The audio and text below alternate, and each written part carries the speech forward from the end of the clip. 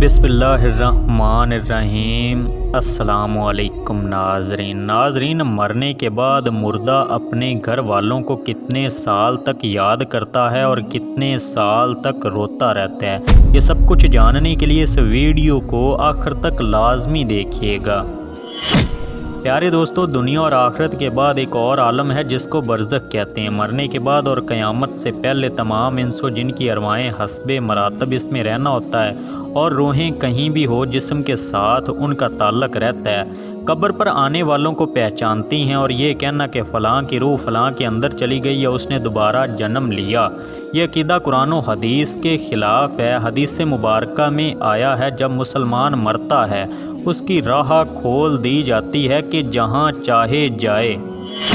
ناظرین، حضرت سلمان فارسی عبداللہ بن سلام رضی اللہ تعالیٰ عنہ باہم ملے، ایک دوسرے سے کہا کہ اگر مجھ سے پہلے کوئی انتقال کرو تو مجھے خبر کر دینا کہ وہاں کیا پیش آیا ہے، کہاں کیا زندہ ہے اور مردے بھی ملتے ہیں۔ یعنی فرمایا، ہاں، مسلمان کی روح جنت میں ہوتی ہے، انہیں اختیار ہوتا ہے جہاں چاہے جائے۔ کیا مرنے کے بعد مردے اپنے گھر والوں کو یاد کرتے ہیں؟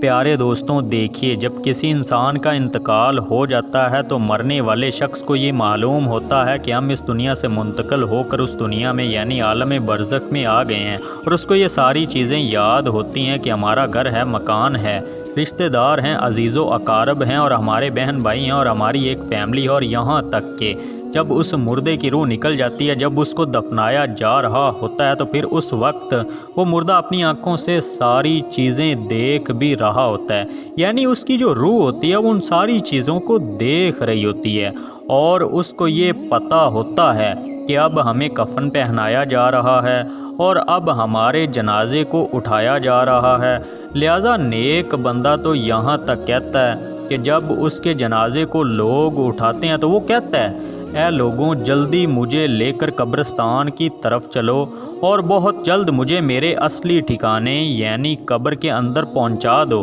کیونکہ اس کو موت پر ہی پتہ چل جاتا ہے کہ اس کا آگے آنے والا کیا ہے۔ یعنی آگے آنے والے جو مراحل ہیں وہ اچھے ہیں، اس کے لیے ہیں، آسان ہیں یا سخت ہیں، مشکل کو پہلے سے پتہ ہو جاتا ہے، کیونکہ روح نکلنے والے وقت کی جو سختی ہے، روح نکلنے کی، اسی سے مردے کو محسوس ہو جاتا ہے۔ تو مومن بندہ کہتا ہے کہ مجھے جلدی لے کر چلو، مجھے قبر کے اندر اتار دو۔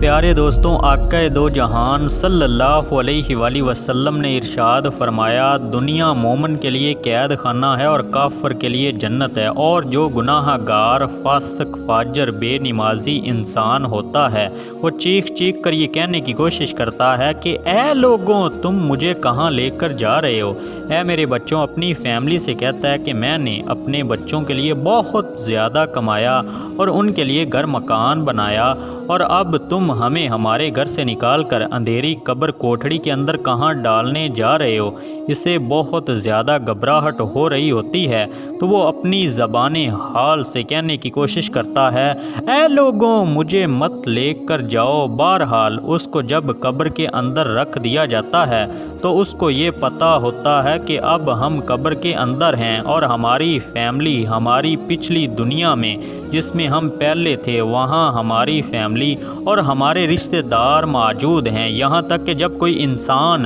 اپنے کسی مردے کی قبر پر جاتا ہے تو وہ مردہ اس قبر پہ آنے والے کو پہچان بھی لیتا ہے کہ یہ ہمارا فلاں شخص ہے۔ اگر باپ قبر کے اندر ہے تو وہ پہچان لیتا ہے کہ ہماری قبر پر آیا ہوا ہمارا بیٹا ہے، ہمارا بھائی ہے، ہمارا رشتہ دار ہے۔